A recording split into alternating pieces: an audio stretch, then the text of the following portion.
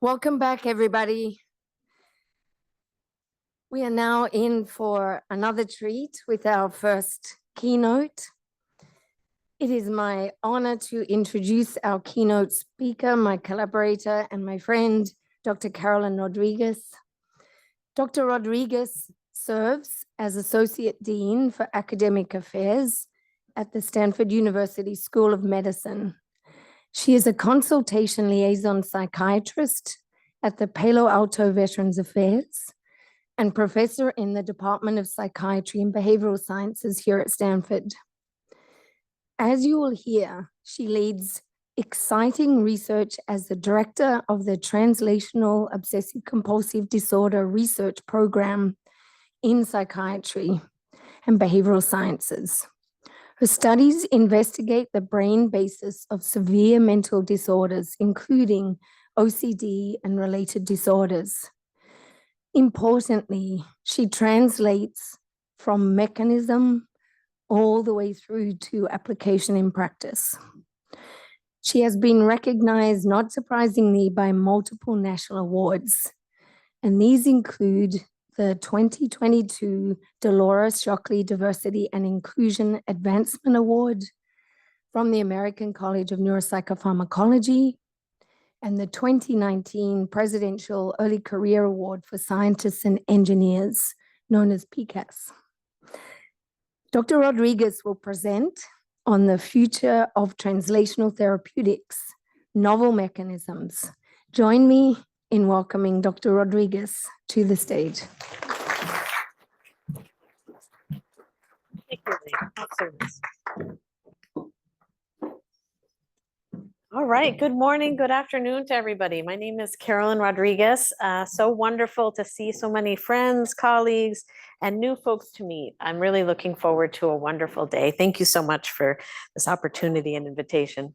And what I wanted to share with you today is my goal, which is to relieve suffering of individuals with mental illness rapidly and in a sustained way. All of us have been touched by a loved one, family member, ourselves, struggles with mental illness. And that time that it takes to recognize the symptoms and be able to get treatment and stay well is invaluable. But there are challenges that I want to talk with you today. So depending on whether you see it a half glass full, half glass empty, one of the problems in our field is that we know too little about the etiology of mental illness and the psychopathology. We don't know where thoughts are stored in the brain and how we can manipulate them. So those are some very fundamental principles and basic neuroscience that we need to know. As well, that the struggle is always from the basic science clinic to patients. There's a real loss in terms of getting those molecular targets to the clinic. And finally, one of the challenges that I think Dr. Mayberg really spoke about so nicely is this idea of target engagement. If we have a new treatment, how do we know it's working? And she gave you various examples from DBT and others, and how that technology can help us to understand if a study fails, is it because that it in fact failed because it did engage with the target. And finally, in terms of variability of placebo response, this is a real challenge. But on the other hand, glass half full, there's a lot of opportunity and technology. And the focus, I think, for translational therapeutics in particular, in this wonderful article written by Dr. Pauls and Potter in 2023, reflects on the opportunity for us in terms of focusing on the basic disease biology, focusing not just on animals of disease, but subsyndromal targets, and a focus on human experimental therapeutics. We saw recently a wonderful case of brexanolone, which was developed in a beautiful and rational way for postpartum depression. Just recently got FDA clearance. It is a positive allosteric modulator of GABA, and was developed looking at looking at progesterone and how it interfaces. And so you've seen this really beautiful development looking at serum, looking at humans, looking at animal models, and finally getting a drug. So I'm really excited. There's a lot of hope out there. And as well, we need to maintain hope for black swan events. So these are things that you couldn't have necessarily predicted in a rational design, but really have the potential to transform and impact the field. Example is the personal computer. We wouldn't have known how much that would impact the field. And so what I want to share with you today is our approach in terms of translational therapeutics, thinking about components of illness. And I'll share with you an example from compulsive behavior, thinking about how novel compounds can be tested in humans to directly target compulsive behaviors. And what I'll be sharing with you today is the story of the research that I've been doing with a drug called ketamine. It is, most of you may be familiar with it. It's given in many different forms. I'll be sharing with you some work I've done with it as an IV infusion. And it is a drug of abuse. In higher doses, it's used as an anesthetic, children and adults. And we have come to test this in obsessive compulsive disorder, or OCD, which is characterized by intrusive thoughts that increase anxiety and repetitive behaviors that serve to decrease anxiety. And it affects around 1% to 2% of the population and is devastating. People feel like their minds are a prison with this disorder.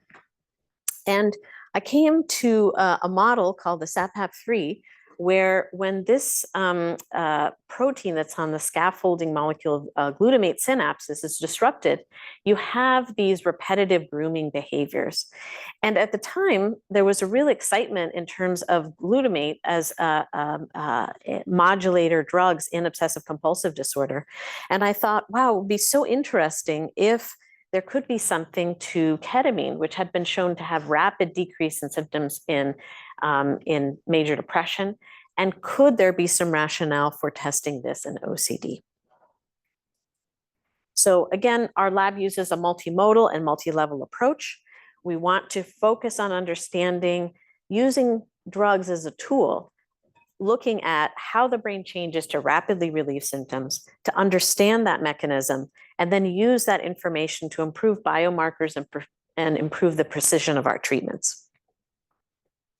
So currently, where we are in obsessive compulsive disorder, or OCD, is that standard medications like serotonin reuptake inhibitors, these are things like sertraline, fluoxetine, take a long time to take benefit, and they also need to be given at higher doses. So it's in the order of months in order to see if a drug is helpful. The other first-line treatment is cognitive behavioral therapy with exposure and response prevention. So basically progressively presenting situations, fears that an individual with OCD has, and asking them to sit with that feeling and not do repetitive behaviors so that you basically break the link in the chain between those things. Now, the good news, half glass full, is about half of people will be helped by one of these two first-line treatments. And if you continue doing the APA psychiatric guidelines of adding augmentation strategies and other medications, you can get 7 out of 10 individuals better. My work really comes in for those individuals who are not helped by those treatments. We've also seen really incredible advances in terms of non-invasive and invasive neuromodulation. So currently, transcranial magnetic stimulation for OCD has FDA approval, and there's also compassionate use approval for deep brain stimulation. So what I'm going to share with you is some of the work that I had done to test ketamine in OCD. But first, I wanted to just lay the foundation of how can we tell if OCD symptoms are decreased? And the gold standard measure is the Yale-Brown Obsessive Compulsive Scale, which assesses obsessions and compulsions across the past week. And greater than or equal to 35% reduction in those symptoms means that they are a responder. At the time, there wasn't really a scale to test any symptom reduction in less than a week. And so we came up with a scale called the Visual Analog Scale, which is modified from a scale developed by Greenberg et al., which is basically a Likert a scale from 0 to 10, 10 being constant obsessions, 10 being constant compulsions. And so we conducted the first case report of ketamine in an OCD individual. It was very nerve-wracking, but very satisfying to have that person really report back that they felt a huge decrease in their OCD symptoms that sustained up until 1 week post-infusion. Another group, Block et al., conducted a study looking at ketamine in patients with OCD and depression that were in the hospital, so much more severe, and they also had additional medications on board. And it was puzzling that they found that there were very dramatic differences in depression, but not so much for OCD. And so that got me really thinking is, how do we really rigorously test this? And, what we would need is a randomized study in OCD patients who weren't taking any other medication, didn't have severe depression, and could really cleanly see whether ketamine affected OCD pathology. And so that's what we did. And what we found on the left-hand side, you see a scale 0 to 10, 10 being constant intrusive obsessions, that when we compared ketamine to saline, the immediate effects were very, very dramatic. People felt a relief. They felt like they were having a vacation from their OCD symptoms. And interestingly, long past when ketamine metabolized and left the system, people were continuing to have these effects we assessed up to day 7. And so this was really exciting because this was the first time a pathway that was not serotonin based helped OCD symptoms and helped it very, very rapidly. In the past, glutamate modulators have been used in addition to SSRIs, but this is the first time we've been able to see this. Now, I really love clinical trials. I'm appreciative of rigor and saw this really as an opportunity. How do we do this even better? So what we want to see in science is replication. So we wanted to ask the question, and we're able to get NIH funding to do this, which is if we have a higher cohort, and again, no medications, but randomizing to an active control, we use midazolam, we wanted to know, would we still replicate and see these same effects? And so we randomized 45 OCD patients 2-to-1 to ketamine and midazolam. Ketamine was delivered at low dose, 0.5 mg per kg, and midazolam at 0.045 mg per kg infusion over 40 minutes. And here are the inclusion and exclusion. So we wanted individuals who were not on medications and did not have severe depression. We also importantly exclude individuals with substance use because of the addictive properties of ketamine. And here are the patient demographics. The majority were males, average age 35. They had moderate to severe OCD symptoms and no or mild depressive symptoms. They were also moderately treatment refractory. So they had tried your serotonin drugs, they had tried in the algorithm antipsychotic augmentation and prior therapy, exposure and response prevention. And what we found was now using the Yale-Brown Obsessive Compulsive Scale, looking at all of the symptoms at day 1, 3, and 7, we found that we replicated the very rapid decrease in OCD symptoms. And next, we wanted to ask how sustained are these effects? And so with ketamine, with a single infusion of ketamine, we found that there was a big drop at week 1, and the difference between midazolam and ketamine stayed significant up to 3 weeks, but was no longer significant at week 4. And this is a proportion of responders. So those folks who had a Yale-Brown Obsessive Compulsive Scale of 35 or less. And what you see here is that by day 1, 55% responders, week 1, around 50% responders, and then it goes down from there. And the side effects, we definitely saw dissociation. Everybody who got ketamine had a feeling of floating or dissociation or feeling euphoric. And the side effects were just as you would expect that you'd seen in previous studies looking at this in depression. A lot of folks had the dissociation, which I mentioned. Some had dizziness, nausea, and vomiting. And as a clinician, I don't love this part of ketamine. And one of the stipulations, you can't drive for 24 hours after getting ketamine. And so I have mentioned, already some of the challenges, the side effects, and the drug for abuse. So in sum, it's nice to see one's work replicated. It's nice to see a rapid and durable OCD symptom improvement compared to active control condition. And it was really exciting to see that this persisted up to 3 weeks post-infusion on average for folks that got the ketamine versus midazolam. So still, there are many, many unanswered questions, and this is an exciting thing about science. How do we understand the mechanisms of the acute effect? Why does the symptoms go down very robustly right away? And what are the mechanisms of the sustained effects? Why does it keep going? And also not listed there, but why does it then reverse, right? These are all questions that we need to answer in order to get people better faster and to get them well and to keep them well.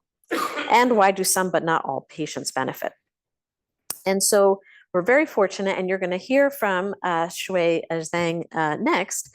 We're very fortunate to partner with her and Leanne Williams to really take a look at the precision medicine approach and really understand and examine ketamine's effects on cognitive control circuits. So while these patients, I've shared with you the top line results of the ketamine, they're actually in the scanner, and we're able to collect task-based fMRI, magnetic resonance spectroscopy to look at changes in GLX or glutamate and glutamine and EEG changes. And very fortunate to work with Dr. Peter Van Rossel. Peter, I think you're that there, yeah, is looking at how do we take a look at what would predict the alleviation of OCD. And come find him after to talk to him about his work in looking at cognitive control and this web-based task that we actually partnered with Dr. Williams on to be able to look at prediction. And finally, the second part of the loop is going back now to animal models, and you can ask questions in animal models that you can't do with humans in terms of looking at using optogenetic tools to really be able to look at causal mechanisms. And so I'm just going to give you just a very overview of what we did in partnership with Dr. Lisa Ganaden at UCSF and graduate student Gwyn Davis. And basically, what I had talked to you about with these SAPAP animal models is that you have this repetitive grooming behavior. Could we now go back and do a clinical trial of these mice and be able to ask very specific questions about mechanisms? And so we were able to look at baseline grooming behaviors and quantify that, and give an injection of either ketamine or saline, and then be able to look post-injection at grooming measurements in the same time points that we had seen in the clinical study. And so what we found, and you can see here in the chart, is that the repetitive grooming behavior did in fact was increased in the knockout mice. So this is the purple area. Oh, there it is. Yeah, this purple, that you have this increase in baseline grooming compared to the wild type down here. Now, the wild type, whether you get ketamine or saline, didn't really change the grooming bouts. But what you see with the knockout is that with in the dark bar here with the saline, they continue to have these grooming behaviors, but you saw this very robust decrease with the the ketamine infusion, which was a nice way of showing this. As well, these mice actually have decreases in anxious behavior and these kinds of behavior with SSRI too. That's why I think the SAPAP is a very interesting one to look at in terms of these deconstructed symptoms. And so next, she was able to use optogenetic tools and show that a couple different things. So first, we looked at that ketamine increases activity in the dorsomedial prefrontal neurons projecting the dorsomedial striatum in the knockout mice. And then you can use light activated to optogenetically mimic this increase in the frontostriatal activity, reducing compulsive grooming behavior in the knockout mice. And so in OCD, there's a notion, this circuit, the orbitofrontal cortex striatum to the thalamus, and it's a hyperactive circuit. So it was really nice to see these same circuits and regions of the brain important and highlighted in this. And then conversely, inhibiting the circuit in the wild type mice then increased the grooming. And then we could introduce the ketamine and show that it blocked the exacerbation of grooming in the knockout mice caused by optogenetically inhibiting the frontostriatal activity. And so in sum, we were very pleased to be able to use this translational model to demonstrate that ketamine increases activity in the frontostriatal circuit that causally controls grooming behavior in the SAPAP3, and suggesting that the circuit is important for ketamine's therapeutic effects in OCD. So again, we're going to complete the loop and be able to look in the brain and see if these hypotheses are sustained, and we can continue to build on them in terms of human models.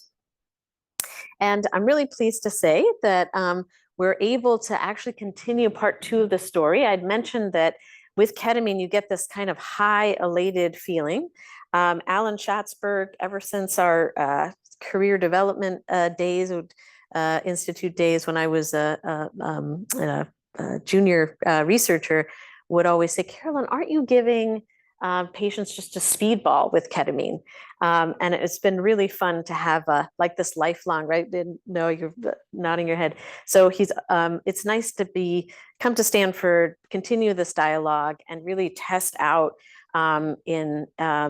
first in depression, just to highlight Boris Heifetz and Nolan Williams, that work looking at opioid mechanisms of depression, and now continuing with Boris and Alan, Lee and Boeel together takes a team to be able to look at whether opioid is important for the anti-obsessional effects.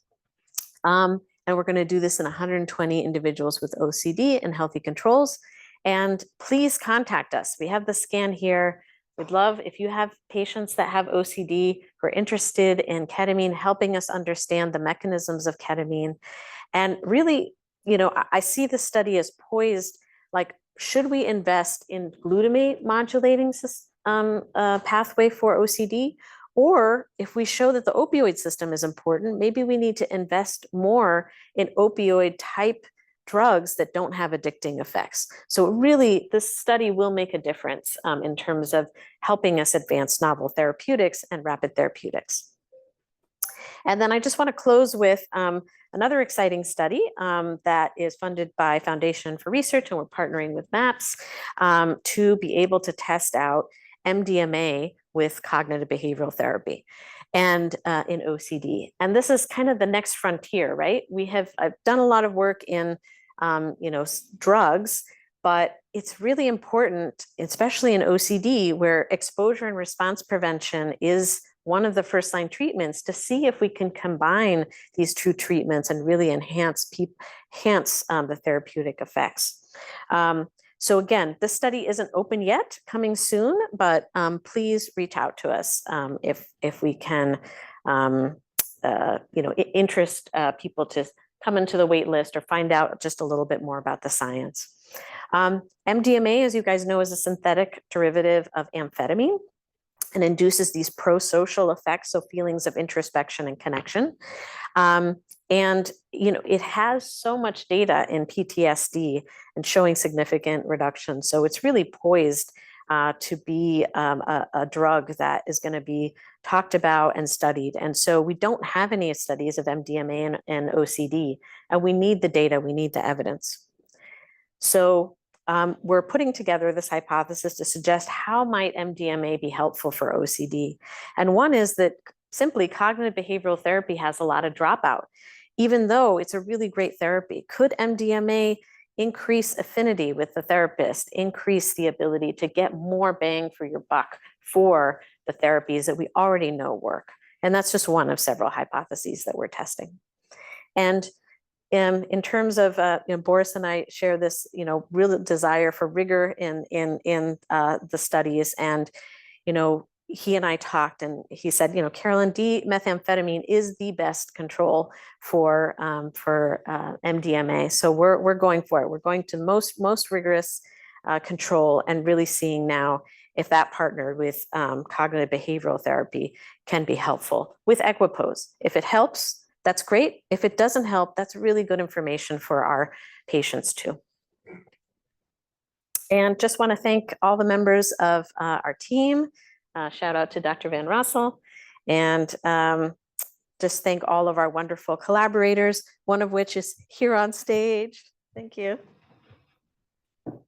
Thank you so much, Carolyn. Brilliant plenary.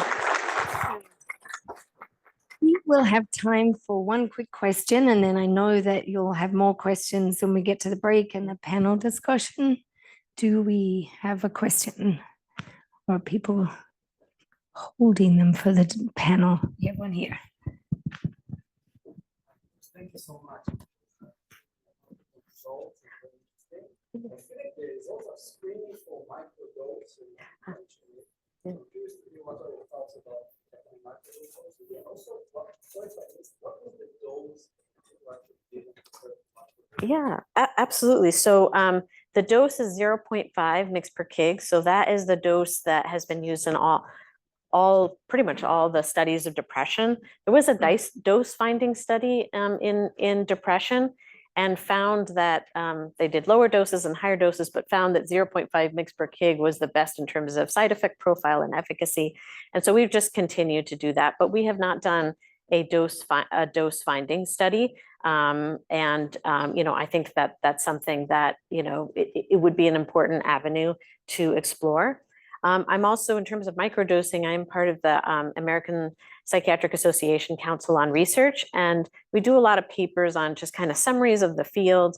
And a few years back, we had thought like maybe we need to have like a review of microdosing in psychedelics and other spaces, and just to get the literature out. But there wasn't sufficient even data to put together a review. So I think you're highlighting an area that needs more research and more evidence, so that we can be able to, informed by the evidence, be able to talk to our patients. I've actually cut you short on time. We do have time for another question. So at the back. In East Africa, we used to use ketamine as an elephant tranquilizer. Yeah. And when the elephants awakened, their repetitive charging behaviors came back. What happens when you stop ketamine in a patient with OCD? So what we found is that, in terms of the discontinuation, so the studies I presented, they just give a single IV dose. And so all that data collected is after post ketamine infusion. But I will say the subjective response is that people are surprised that what was OCD is no longer with them for some period of time. And so it gives them a little bit of distance, like, oh, I didn't even realize that that's what OCD was. And we see this a lot with people who have been affected with mental illness a lot. It's hard to know where they are and where the mental illness begins. And could it be that having a reprieve from those symptoms is actually helpful and give people hope that there is a way out of this? About how long is that interval? Between which part? Before the symptoms come back. So in our most recent study, on group average, it was 3 weeks was significant, but there's a lot of variability. There's people who don't have any effects. There's people who have a return right away. Thank you for your question. One quick last question. Okay, the back as well. Great talk. Thank you so much. As a question, so you said there is data for ketamine for PTSD, and I just thought oftentimes these mental illnesses are comorbidities. So people having OCD and PTSD, has there been any data to show how that would work with ketamine? Is there a better suppression in OCD or in PTSD? Yeah. Unfortunately, in the field, there is a lack of data for comorbid conditions. We see this a lot, OCD and bipolar, or OCD and other things, and people are excluded from those studies. So I don't have an answer for you other than, if there's a way to advocate for funding for these areas. I know the International OCD Foundation is really passionate about funding different kind of topic areas like this. And it's been really wonderful to see them, fund comorbid conditions. Thank you. Wonderful. Thank you again, Dr. Rodriguez. Fantastic presentation.